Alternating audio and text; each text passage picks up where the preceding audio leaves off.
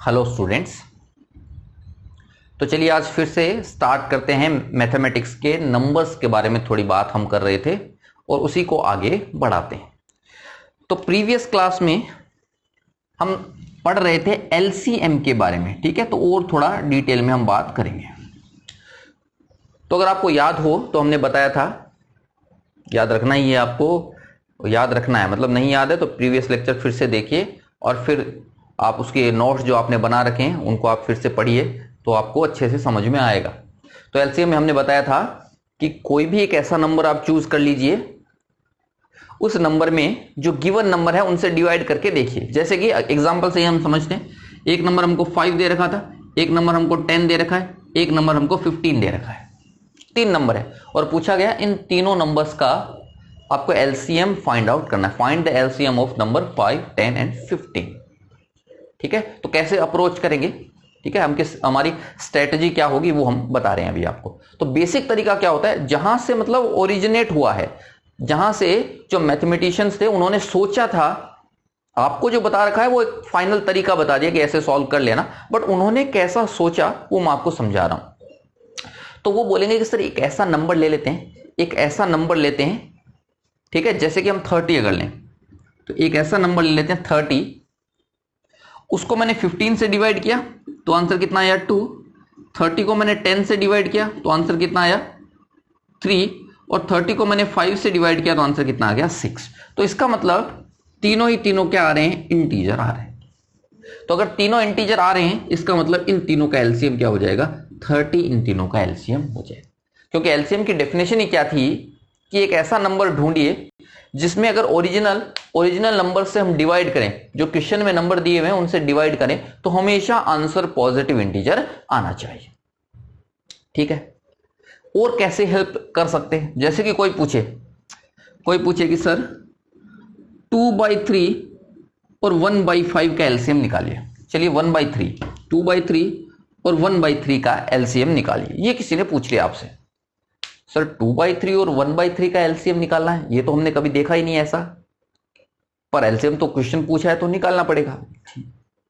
तो क्या करें, सोचते हैं कौन सा वो नंबर होगा जिससे ये जो मैं बोल रहा हूं वो प्रॉपर्टी सेटिस्फाइड हो जाए। तो आप बोलो कि सर क्यों ना मैं एक बार डिवाइड करके देखता हूं। जैसे कि मान लीजिए मैंने वो नंबर सोच लिया, मान लिया कि वो नंबर है 1, मान लिया कि वो नंबर 1 है, ठीक है। अगर वो नंबर 1 है तो आप क्या बोलोगे, सर 1 में मैंने डिवाइड करके देखा 2/3 से, 1 को मैंने डिवाइड करके देखा 2/3 से। अच्छा, ये डिवीजन आपको आता होगा, ये डिवीजन करना आपको आता होगा। सर ये हो जाएगा 1, 3 वाला ऊपर चला जाएगा, यानी 1 × 3/2। तो यहां प्रॉब्लम आ गई। क्या प्रॉब्लम आई, सर ये तो 3/2 बना, ये तो इंटीजर नहीं है।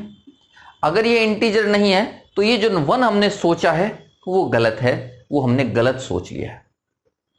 ठीक है, समझ में आ गई बात। जैसे कि अगर मैं आपसे पूछूं क्या मैं 2 सोच सकता हूं, क्या मैं 2 सोच लूं क्या, तो आप बोलोगे सर देख लेते हैं, अभी ट्राई कर लेते, 2 सोच के भी देख लेते। तो 2 मैंने सोचा तो मैंने 2 में डिवाइड किया 2/3 से, तो आंसर आ गया 2/2 × 3, कट गया, आंसर कितना है 3। बिल्कुल सर, इसको कोई प्रॉब्लम नहीं है, 2 लेने से इसको कोई प्रॉब्लम नहीं है। और 2 में मैंने डिवाइड किया 1/3 से, तो 3 ऊपर चला गया, 2 × 3/1 यानी 6 आ जाएगा, मतलब इसको भी कोई प्रॉब्लम नहीं है 2 से। तो इसका मतलब 2 जो है वो इन दोनों का एलसीएम हो सकता है, 2 इन दोनों का एलसीएम हो सकता है। ठीक है, अब हमको ये देखना है क्या 2 ही सबसे छोटा नंबर है क्या, क्योंकि इसने क्या बोला था, लीस्ट कॉमन मल्टीपल, क्या वो 2 ही सबसे छोटा है क्या, बस ये हमको देखना बाकी है। और वो कैसे देखते हैं ये अभी आज के लेक्चर में हम आपको बताएंगे। तो ये तो मैंने बताया आपको एलसीएम क्या होता है, ठीक है। अब इसका मेथड क्या होता है ये आपने पढ़ा होगा, जिसको आपने बोला था फैक्टराइजेशन मेथड। ये जो आप जानते हो उस मेथड का ही नाम होता है फैक्टराइजेशन मेथड। और उसमें आप क्या करते हो, जैसे कि किसी ने बोला सर 10, ठीक है, 25 और 10, 25 और मान लीजिए बोलते हैं कि चलिए 30, इसका एलसीएम निकालते हैं। तो आप क्या करते हो, इनका फैक्टराइजेशन करना स्टार्ट कर देते हो। ठीक है, तो आप बोलते हो फैक्टराइजेशन करना आपको आता है। सर सबसे पहले इनको 2 से हम डिवाइड करेंगे, मतलब जो इसका कॉमन फैक्टर है वो हम देखते हैं इसमें क्या क्या कॉमन फैक्टर हो सकता है। तो आप देखो सर 2 से मैंने करके देखा, 2 से फैक्टराइजेशन करा तो ये 10 का डिवाइड किया 2 में, तो 2 से डिवाइड किया तो 5 आ गया। ये तो होता नहीं है तो एज इट इज पुट कर दिया। बहुत ही सिंपल सा तरीका होता है। 30 को डिवाइड किया तो ये आ गया 50।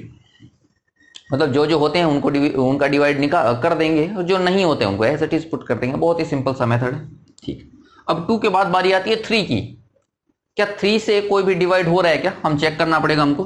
सर ये तो 3 से डिवाइड नहीं हो रहा है, इसलिए एज इट इज मैंने यहाँ पे 5 रखा। क्या ये 3 से डिवाइड हो रहा है कि नहीं, तो ये भी एज इट इज 25 रखा। और ये 3 से डिवाइड होता है क्या, बिल्कुल होता है, इसीलिए यहाँ पे आंसर आ जाएगा 5। अब अगर कोई भी 3 से डिविजिबल नहीं होता यहाँ पे, तो 3 को हम कट कर देते, कैंसिल कर देते। तो अभी कोई 3 से डिविजिबल हो नहीं रहा है, तो मुझे क्या करना पड़ेगा, 5 से डिवाइड करना पड़ेगा। जब मैंने 5 से डिवाइड किया तो यहाँ पे कितना मिला 1। मैंने 5 से डिवाइड किया यहाँ 5 से डिवाइड किया यहाँ पे 1। एक बार फिर से 5 से डिवाइड हो जाएगा, बिल्कुल हो जाएगा। तो यहाँ पे आएगा 1, यहाँ पे आएगा 1, यहाँ पे आएगा 1। क्लियर है। तो जैसे ही 1 आ जाए बस छोड़ दो, और यहां पे जो भी चीज है इनको कर दो मल्टीप्लाई, 2 इंटू 3 इंटू 5 इंटू 5। तो कितना आ गया, ये आ गया 3 इंटू 2 6, 5 इंटू 5 25, 25 इंटू 6 कितना आ गया 150। तो इसका मतलब एलसीएम कितना आएगा, इन तीनों का एलसीएम कितना आएगा 150। बहुत ही आसान सा ये तरीका, शायद आपको आता है, इसीलिए इसमें ज्यादा टाइम वेस्ट हम नहीं करेंगे। ठीक है, दूसरा होता है, दूसरी बात हम करते हैं HCF के बारे में।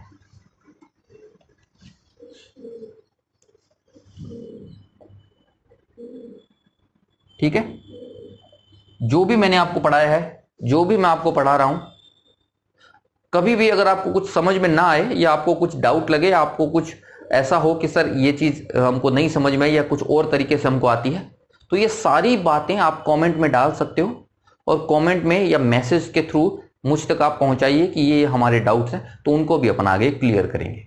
ठीक है, तो अभी HCF के बारे में हमको पढ़ना है। HCF का मतलब मैंने आपको बता दिया है। ठीक है, वो क्या है, highest common factor, highest common factor. तो अब की बार हमको क्या करना है, देखो HCF में क्या करना होता है, आपको ये देखना होता है कि इन दोनों में सबसे बड़ा कॉमन फैक्टर कौन है। जैसे कि अगर मैं आपसे पूछूं, एक तरफ मैंने दिया है 10 और एक तरफ मैंने दिया है 15, तो आपको एक ऐसा नंबर सोचना है, सबसे बड़ा नंबर सोचना है जिससे ये भी डिविजिबल हो और ये भी डिविजिबल।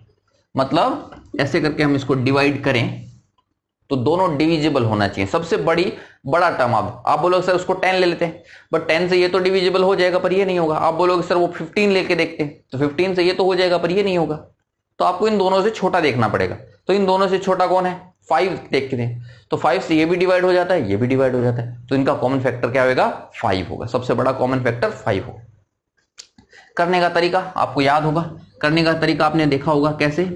ठीक है, कॉमन निकालना करने का तरीका होता है, कॉमन निकालना। अगर जितना कॉमन निकाल सकते हो दोनों में से, वही उसका HCF होता है। जैसे कि 10 को अगर आप बात करो, 10 को फैक्टराइजेशन करो, तो आप बोलोगे इसको 2 इंटू 5 लिख सकते हैं। 15 की अगर बात करो तो उसको क्या लिख सकते हैं, 3 इंटू 5। तो इन दोनों में कॉमन क्या है, इन दोनों में कॉमन क्या है, ये 5 इन दोनों में कॉमन है, तो इनका HCF क्या हो जाएगा, वो 5 हो जाएगा। सही बात है। तो HCF के बारे में भी आप जान गए हैं, तो ये आपको हमेशा याद रखना। तो LCM और HCF के बारे में मैंने आपको बता दिया है। ठीक है, तीसरी चीज क्या है, अभी जो थोड़ी देर पहले हम बात कर रहे थे, LCM of non integers. LCM of non integers, जैसे कि कोई पूछे कि 2/3 एंड 1/3 फाइंड LCM, इन दोनों का LCM आपसे पूछा गया। ठीक है, तो जब भी इस तरीके से A/B करके नॉन इंटीजर नंबर्स हों, तो उनका LCM निकालने का बहुत ही आसान सा तरीका होता है, और वो आंसर क्या होता है, LCM, वो आंसर कितना आएगा सर, आंसर आएगा LCM of numerator divided by HCF of denominator.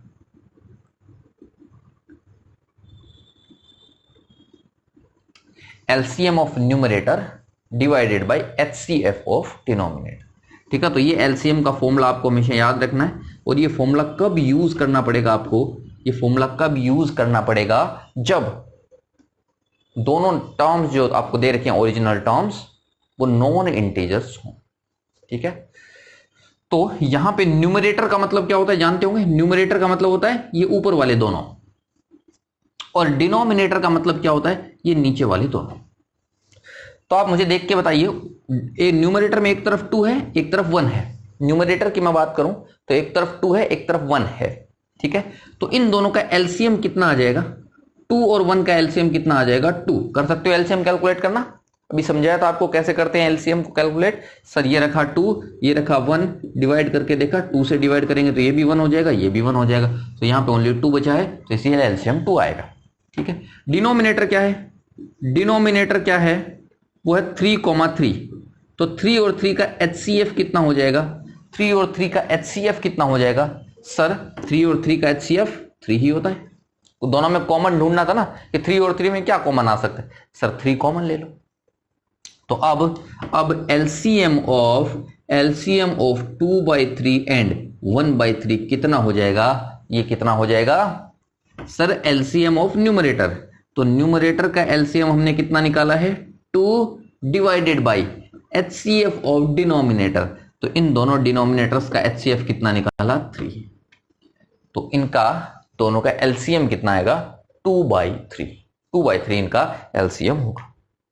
ठीक है, तो आप देखोगे जब 2/3 में इससे डिवाइड करेंगे तो आंसर 1 आ जाएगा, और 2/3 में इससे डिवाइड करेंगे तो आंसर आ जाएगा 2। तो आप क्लियरली देख सकते हो 1 भी इंटीजर होता है, 2 भी इंटीजर होता है, तो ये वाला वो नंबर रहेगा।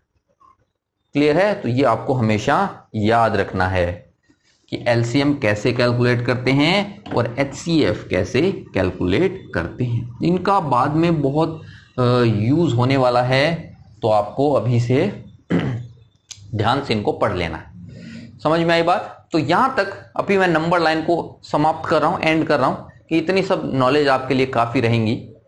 अभी अपन बात करने वाले हैं अलजेब्रा से। ठीक है, आज से हम स्टार्ट करते हैं अलजेब्रा। ठीक है, तो अलजेब्रा में क्या क्या हमको पढ़ना है, हम धीरे धीरे इक्वेशंस की तरफ जाएंगे। ठीक है, पॉलिनोमियल्स की तरफ जाएंगे। तो अभी हमको कुछ टर्म्स पढ़ने हैं। ठीक है, एक टर्म होते हैं कांस्टेंट, ठीक है, दूसरा टर्म होता है वेरिएबल। इनके बारे में आपको समझना है। कांस्टेंट और वेरिएबल दो टाइप के टर्म होते हैं। कांस्टेंट का मतलब क्या होता है, कांस्टेंट का मतलब होता है ऐसी एक चीज जो हमेशा फिक्स है, कभी नहीं बदलती है, उसको हम क्या बोलते हैं, कांस्टेंट।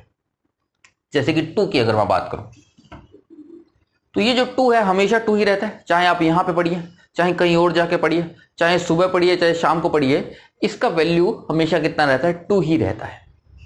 तो इसको मैं क्या बोलूंगा, कांस्टेंट बोलूंगा। आई बात समझ में। ठीक, अगर कोई मुझसे पूछे पाई क्या होता है, कांस्टेंट होता है कि वेरिएबल, तो आप क्या बोलोगे, बिल्कुल सर पाई कांस्टेंट है। क्यों, इसका वैल्यू कभी चेंज नहीं होगा, अभी पाई है, शाम को भी ये पाई ही रहेगा।